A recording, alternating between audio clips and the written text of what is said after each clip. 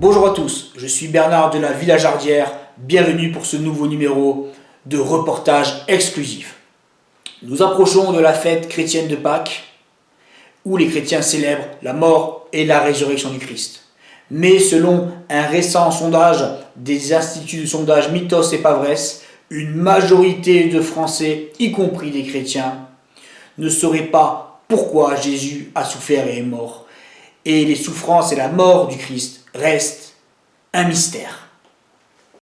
Nous avons rencontré à travers le monde 5 spécialistes et témoins exceptionnels qui vont pouvoir nous éclairer. Pourquoi Jésus a-t-il souffert et est mort? Nous commençons ici à Dubaï avec John Kevin, que vous avez pu voir récemment dans l'émission de télé-réalité Les Marseillais vs l'univers entier. Bonjour John Kevin.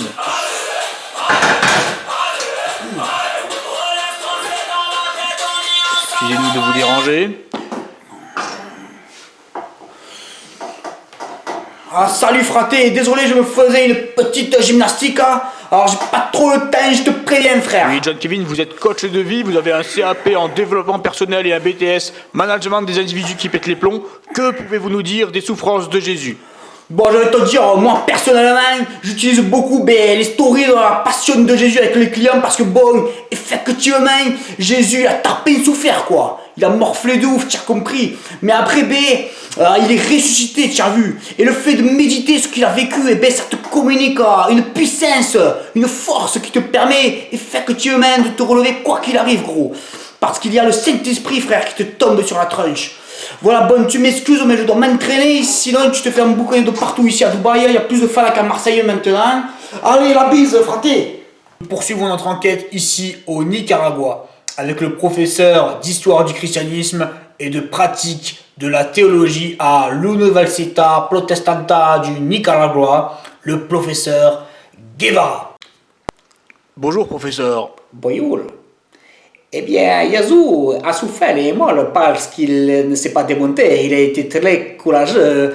On se représente parfois Yazoo comme une espèce de yanti maître de sagesse. En réalité, il a tenu avec les actes qui allaient avec un discours subversif et révolutionnaire. Yazoo a vécu dans un monde avec un pouvoir humain très fort qui prétendait amener le paradis sur terre, la paix, la sécurité, la prospérité, l'ordre juste du monde avec lequel les élites juives de l'époque s'accommodaient très bien.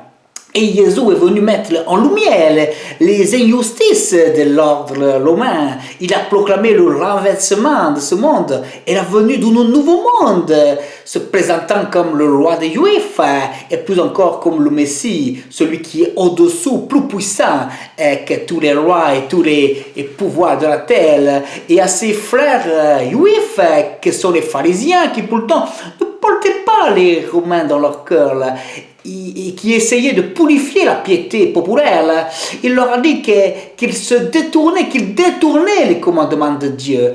Il les a renvoyés au fait que leur interprétation de la loi divine ne manifestait pas un réel amour pour les gens et que malgré leur prétention à la moralité, ils entretenaient par leur enseignement et leur comportement l'injustice et l'oppression que subissait une grande partie de la population. Et son message, Jésus l'a porté en se présentant non seulement comme un simple enseignant, mais comme Dieu lui-même, ce qui a suscité la colère des élites juives. Et le pouvoir romain, quant à lui, était trop soucieux de paix sociale pour éventuellement aller à l'encontre des élites juives et du peuple qui s'est retourné contre Jésus parce qu'il n'avait pas fait les choses comme il l'attendait. Alors pour résumer, Jésus s'est attaqué au pouvoir religieux et politique de son temps. C'est pourquoi Yazoo a été condamné et donc il a souffert et est mort sur une croix. Me voici maintenant à Londres, dans les bureaux de Scotland Yard, où j'ai pu rencontrer un criminologue, Monsieur Sherlock Holmes, qui s'est intéressé aux raisons et aux responsabilités de la mort de Jésus. Bonjour Charlot, le professeur Guevara attribue la mort de Jésus à son attitude provocatrice envers les pouvoirs de son temps. Vous confirmez? Alors, c'est en partie vrai, mais c'est à mon avis incomplet. En effet, la crucifixion de Jésus a été un véritable travail d'équipe. On passe à la responsabilité des Romains, qui eux seuls pouvaient décider la condamnation à mort et qui voulaient garder le contrôle de la Judée et qui ne voulaient pas se mettre à dos tous ceux qui réclamaient la crucifixion. On a le pouvoir religieux, politique juif, proche des Romains qui n'acceptaient pas les interpellations et les réformes, en quelque sorte, que voulait Jésus. On a tous ceux qui n'apprécient pas que Jésus transgresse certains codes religieux comme les pharisiens. On a ceux qui attendaient sans doute du Messie qu'il renverse le pouvoir en place et qui ont été déçus de son arrestation. Des gens trop impatients peut-être. On a la masse du peuple qui a changé d'avis, qui était très enthousiaste pour Jésus et ses miracles, mais quand il a arrêté de faire des miracles et s'est fait arrêter lui-même, le peuple s'est retourné contre lui dans une sorte de mouvement de foule. On a Judas, un de ses disciples, qui n'était pas d'accord avec le mode opératoire de Jésus. On a aussi les autres disciples qui l'ont abandonné aussi quand le suivre devenait trop compliqué. On a ces femmes au pied de la croix, sans doute très émues devant la situation, mais qui ont finalement été très passives.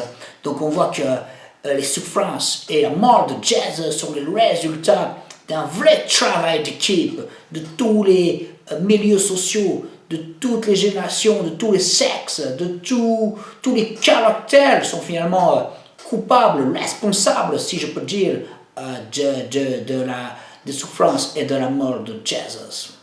Voici maintenant en Suisse avec la psycho-anthropolo-sophrolo-thérapeute Bianca Momille qui nous accueille dans sa demeure dans les Alpes suisses. Nous lui poserons la même question. Pourquoi Jésus a-t-il souffert et est-il mort? Bonjour Bernard, et merci d'être venu jusqu'à moi. Eh bien, Jésus nous a laissé un formidable exemple. Vous savez, je reçois chaque jour des personnes qui sont aux prises avec des angoisses terribles. Et Jésus aussi a connu les angoisses et même des douleurs physiques et psychologiques extrêmement fortes. Mais il a manifesté une confiance extraordinaire envers celui que j'appelle l'autre. Cette confiance était telle qu'il n'a pas riposté face à la violence de ses ennemis. Vous savez, la douleur, la souffrance, nous la vivons toutes et tous, chacune et chacun. Mais le Christ nous a montré que dans ces moments-là, il y avait la place pour le dépassement de celle-ci. Une paix, une confiance, une sagesse, une espérance imprenable, qui certes ne nous prémunit pas de la réalité de la souffrance, mais permet de vivre avec et de la dépasser. Pourtant, l'inspecteur Holmes nous dit que Jésus a déçu beaucoup de gens. Et le professeur Guevara nous a dit que Jésus avait tenu des paroles provocatrices vis-à-vis des pouvoirs religieux et politiques de son temps, qu'il avait eu des comportements subversifs par rapport au pouvoir en place. Les souffrances qu'il a subies n'étaient-elles pas un peu méritées? Oui, effectivement, Jésus a manifesté une colère, mais une juste colère, une révolte profonde, une insurrection divine. Et malgré la violence à laquelle il a fait face, il a porté sa révolte avec une profonde bienveillance, une grande patience. Et surtout, il s'en est remis au Créateur, comme celui finalement qui tient tout entre ses mains. Les événements heureux comme les événements douloureux, le bien comme le mal. Jésus, le Christ, a souffert et est mort pour nous laisser un exemple de patience, de miséricorde. Cet exemple peut changer le monde parce qu'il peut changer des individus en profondeur et vraiment. Merci Madame Momille. Mais c'est moi qui vous remercie, Bernard.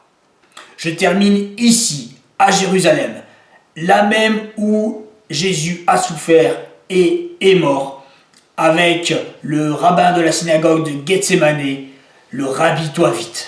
Shalom mon ami. Ben, la vérité, les souffrances et la mort de Yeshua ont confirmé, révélé et annoncé deux choses absolument essentielles qu'Hachem avait déjà partiellement révélées à Israël. Premièrement, c'est que le monde d'Hachem n'est pas absurde.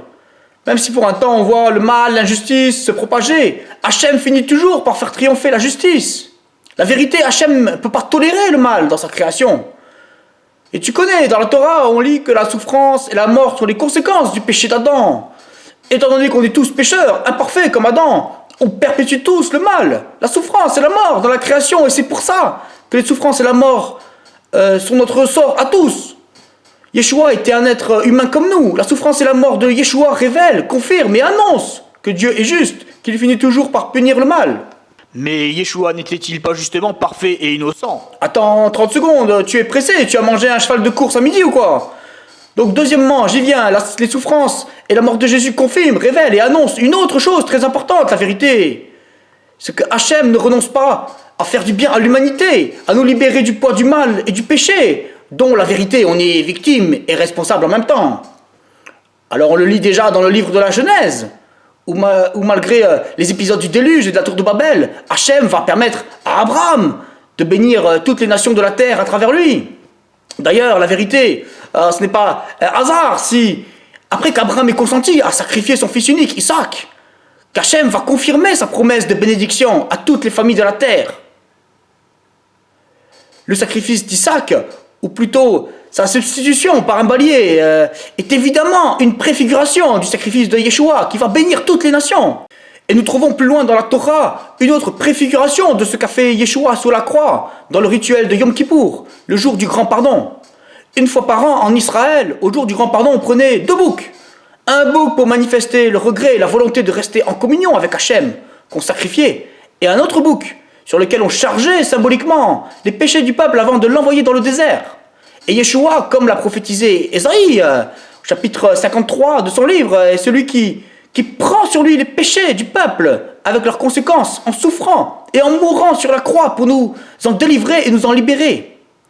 Yeshua étant pleinement Dieu, il a manifesté l'amour de Dieu qui donne son Fils unique pour bénir toute l'humanité, pour pardonner les péchés. Donc la vérité, Yeshua a souffert et est mort pour libérer l'humanité de la souffrance et de la mort, du péché et de ses conséquences. Pour reprendre en gros, mon ami, les souffrances et la mort du Christ confirment, révèlent et annoncent que Hachem est un juste juge, mais en même temps qu'il ne se résigne pas à abandonner l'être humain au pouvoir du péché, de la souffrance et de la mort par amour pour nous.